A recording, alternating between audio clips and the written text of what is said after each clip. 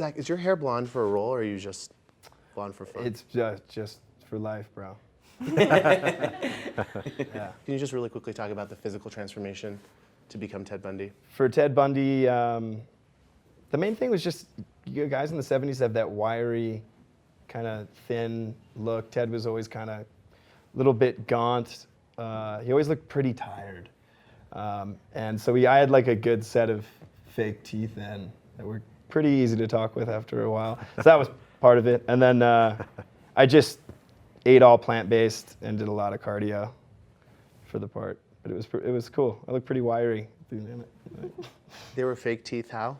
Ah, man, they make them like, I had the whole bottom row. Our top teeth were very similar. They were scary. I had a lot of similarities with Ted that were a little bit unnerving. And then were blessings in disguise from the actor's perspective.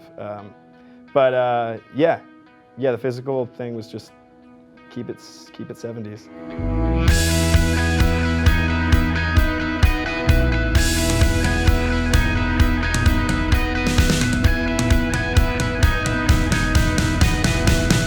Well, I knew quite a bit about Bundy because for some sad reason, I spent a lot of time dealing with a lot of true crime over the years. And when I got this script, it seemed like an amazing opportunity to both turn the serial killer genre on its head a little bit.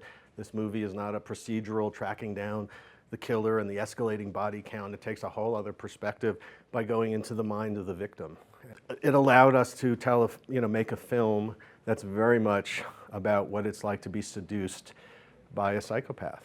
As Bundy himself says, killers don't come out of the shadows with, long teeth and blood dripping off their chin. They're people that you love and respect and admire, and capable of horrible things. And that's kind of what we wanted to show. It's done by the people we least expect. And so this movie is an attempt to portray the experience of falling victim to somebody who is so charming and seductive that you can't believe the truth that's around you. What about you, Zach? Did you know about Ted Bundy before you took the role?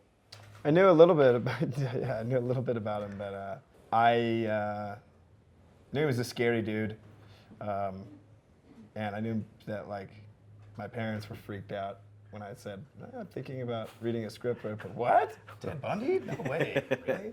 And then I did a little bit more research. Joe knows so much about Ted Bundy. So he was my amazing resource. I schooled Zach in the ways of evil. Yeah, you did. But I think to what Joe said, I think the most exciting thing for me to be able to contribute to the movie was Ted had this thing about him, this magic Ted Bundy facade, his charm, the way that he worked with people. A lot of people in prison with him loved him. Cops that knew him seemed to think he was an okay guy. It wasn't until after he was fully accused or fully admitted to everything, that most of the world really believed that Ted was even capable of things like this. So he pulled the wool over a lot of people's eyes. And I think an examination, we've all had that happen to us in one way or another. We believe in somebody and they turn out to be somebody different. But of this magnitude, the life that he led and the way that Ted specifically did it, the world is never going to be the same. So I don't know, it's very exciting to do, and I hope everyone enjoys it. Lily, it's interesting because the movie's told through your character's point of view, so you don't see Ted as an evil person. Did it affect your psyche? Did you have nightmares? Was it a hard thing to live with every day? When I first read the script and really realized that the story had so much to do with Elizabeth, his love interest in the film and also a partner in life, I was so interested to get behind somebody that was silenced for so long and to be able to tell a story from her perspective and give her a voice. And Joe and I, she visited set, but Joe and I went and traveled to see her and her daughter, and we got to talk to her and see photo albums and read handwritten love letters, and really experience what that must have felt like to read such a beautifully written love note, but knowing all the meaning behind it. And it was daunting for me. I actually had an awful time in prep for it. I woke up every single night at 3 or 4 a.m. for a month and I was woken up with visions of destruction around rooms and like logs and broken glass, and there was never anybody in the dream, but every night at the same exact time, I would have these flashes of visions. And I read a new draft that Joe had sent me, and so many images were in the script as actual crime scene investigations from Bundy's murders. And I had done a lot of research, but I also did not look at any images before going into filming. I did not look at any body pictures because Elizabeth didn't believe it. There's a scene in the movie that required some different emotion from this character. I just don't want to spoil it. And that was the moment that Joe gave me the photo for the first time on set, and then you see Elizabeth in this scene. And so I was just taunted. But then during filming, it was fine. It was just the month leading into it that I was just, fun. It was. But like I was visited every night, you know, it was lovely. Did you ever dream about Ted himself, or was it just? No, but I told my mom that I'd been woken up by all these images, and I said, well, there's probably so many people trying to like get in there right now that, you know, that are no longer here. And she's like, I mean, it could be Ted. I was like, well, thanks so much. Now I'm gonna like go to bed every night dreaming that he's probably gonna like wake me up. But no, I never saw people. I just saw destruction and the aftermath. And Sometimes I would like pop out of a closet. Right, and then I was like, oh, thanks so much, yeah. I mean, on the set, you would scare her? No, I think maybe, but she would never admit it. Maybe unintentionally. maybe. Yeah, as Elizabeth and Bundy, you know. Were you doing pranks, or was this? No, I mean it was pretty serious subject matter the whole time, and we all here, as I honestly, this is a fun cast, but everybody here I have so much respect for because we really got a lot done in a little time. And, it was crazy, a lot of crazy schedule. a lot of hard work, a lot of some things we had to lighten up. Like I spent a lot of time in prison I guess it's an abandoned. Yeah, in prison now. abandoned prisons, yeah, haunted abandoned prisons. Yeah, that was like my dressing room. I like lived there for like 2 weeks.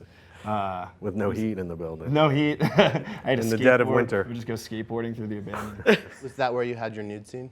Actually, I did yes, have, yeah, it that yeah. was. Yeah.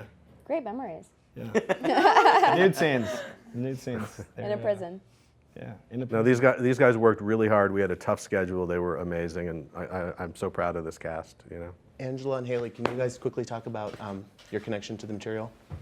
I was attracted to the material because I thought, first of all, I could really relate to Lily's character, and I thought I had a very interesting interaction with the actual Liz who came to set to lunch, and we had to dinner actually, and we had a conversation about men and why she was with Ted, and they were all so relatable. I could relate to it easily.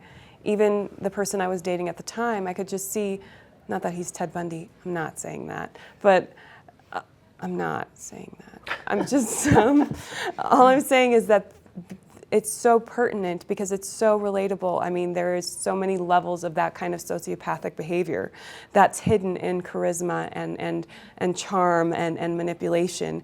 And so it's interesting for me because it's being able to see the truth, being able to see who's in front of you. And she's not able to, but I got to play the part where I was the voice of reason in a lot of ways. I was the one saying, wake up, see what's going on. And it was empowering to play a role like that, especially for someone like me. So I was interested for that reason. I guess the myth of Bundy and his sort of, it sort of is, you're aware of it, but I think the first time I really like researched it or looked into it was when they arrested the Green River Killer in like 2003, and I had read that was like the inspiration for Hannibal Lecter because they had gone to Ted Bundy to try and figure out the technique of the Green River Killer. He was still at large. And I just thought of something now that they've been talking about today about whether someone who has no empathy can have a loving relationship. Like, did he love Liz and all of that? And with the Green River Killer, he actually had a 20-year gap in murders because he was married to a woman that he actually cared for. So when they had to inform her that he was a serial killer, the police were like, well, you can still take some comfort that you probably saved a lot of lives because he actually was invested in this relationship for a many amount of years. So there's all this interlocking stuff that I think we can sort of dive into in this movie.